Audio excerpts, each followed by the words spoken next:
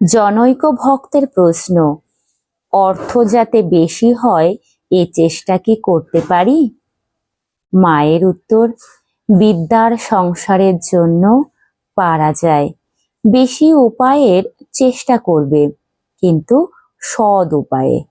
উপার্জন করা উদ্দেশ্য নয়, ঈশ্বরের সেবা করাই উদ্দেশ্য। টাকাতে যদি ঈশ্বরের সেবা হয় তো সে টাকায় দোষ নাই।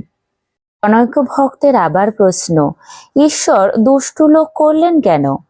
তার ইচ্ছা, তার লীলা। তার মায়াতে বিদ্যাও আছে, অবিদ্যাও আছে। অন্ধকারেরও প্রয়োজন আছে। অন্ধকার থাকলে আলোর আরো মহিমা প্রকাশ হয়।